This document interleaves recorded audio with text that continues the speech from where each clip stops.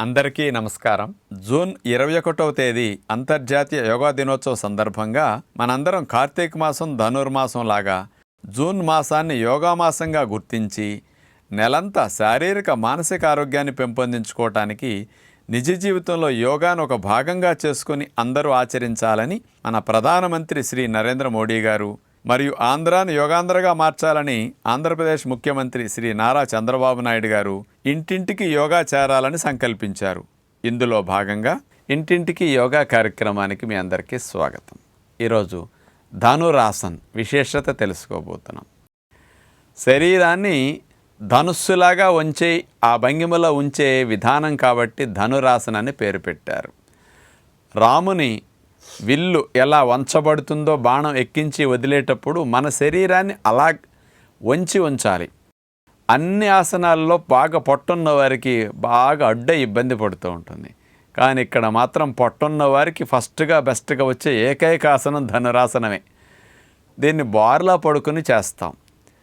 మనం చేతులతో కాళ్ళను పట్టుకుని ధనుసులాగా శరీరాన్ని పెట్టి అట్లా ఉంచినప్పుడు మెడ దగ్గర నుంచి ముడ్డిపోసల వరకు అన్నిటినీ, అట్లాగే జాయింట్స్ని, మజిల్స్ని, నర్వస్ని, మరి అన్ని భాగాల్ని బాగా యాక్టివేట్ చేయడానికి ఉపయోగపడే ఆసనం ధనురాసనం.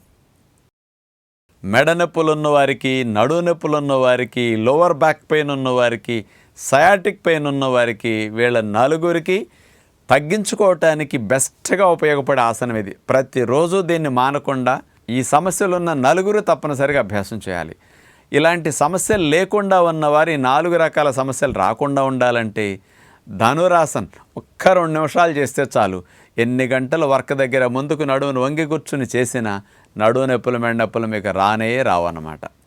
అట్లాగే పిరుదుల భాగము, పిక్కల భాగము, తొడల భాగం కూడా బాగా తగ్గటానికి, బ్యాక్ మజిల్స్ అన్నీ బాగా బలోపేతం కావటానికి అద్భుతంగా ఉపయోగపడుతుంది.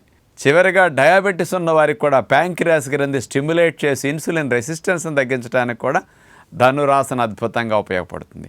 ఇన్ని లాభాలు కలిగించే ధనురాసన్ ఎలా వేయాలో చూద్దాం. ధనురాసన్ బోర్లా పడుకుని కాళ్ళు చాపేస్తాం. 2 చేతులతో 2 కాలి గుత్తి భాగాల దగ్గర అట్లా పట్టుకుంటాం. కాళ్ళని వెనక్కి తన్నుతూ ఉంటే ముందు భాగం పైకి లిఫ్ట్ అవుతుంది. చూడండి, బాణం వల్లే శరీరం ఎలా చక్కటి ఆకారం వస్తుందో. ఇలా చేయటం ద్వారా ఎక్కువ గంటలు ముందుకు వంగి సిమెంట్ కలపటం, ఇటుకలు వంగి తీయటం, కంటిన్యూస్గా ఇలాంటి పని చేసిన వారికి వచ్చే నడుము నొప్పులు, డిస్క్ ప్రాబ్లమ్స్ రాకుండా ముందు నుంచి బాగా హెల్ప్ చేస్తాయి. నడుము నొప్పి వచ్చి ఇలాంటి పనులకు ఆటంకం కలిగే వారికి వెనక చేయగలిగితే ఆ నొప్పి పూర్తిగా తగ్గి ఎన్నో గంటలు పనిచేసుకున్నా వారికి శరీరం ఇబ్బంది పెట్టకుండా ఉంటుంది. అట్లా 2 చేతులతో 2 కాళ్ళు పట్టుకుని ధనుసులాగా శరీరాన్ని వంచటానికి ఒక చేయి అందితే మరొక చేయి అందని వారు కూడా చాలామంది ఉన్నారు కదూ. అలాంటి వారందరికీ కూడా ఒక చేత్తో ఒక పాదాన్ని పట్టుకుని ఒక పక్కకు ధనురాసన చేసేస్తాం. ఈ చేతిని తీసి మళ్ళీ నేల మీద పెట్టి కాలు వాల్చేసి మరో చేత్తో మరో కాలును పట్టుకుని కూడా ధనురాసన్ చేయొచ్చు. ఎవరికైతే రాకుండా ఇబ్బంది పడుతున్నారో అలాంటి వారు ఇట్లా ఒక కాలు ఒక చేత్తో ముందు చేసి మరొక కాలు మరొక చేత్తో తర్వాత చేయటం కూడా ఫలితాన్ని ఇస్తుంది. కొన్ని రోజుల ప్రాక్టీస్లో మీకు 2 చేతులు 2 కాళ్ళను పట్టుకుని ధనురాసనం పూర్తిగా చేయడానికి కూడా అవకాశం ఉంటుంది. కాబట్టి రాలేదు అని మీరు నిరుత్సాహపడకుండా అందరూ దీన్ని అభ్యాసం చేయండి.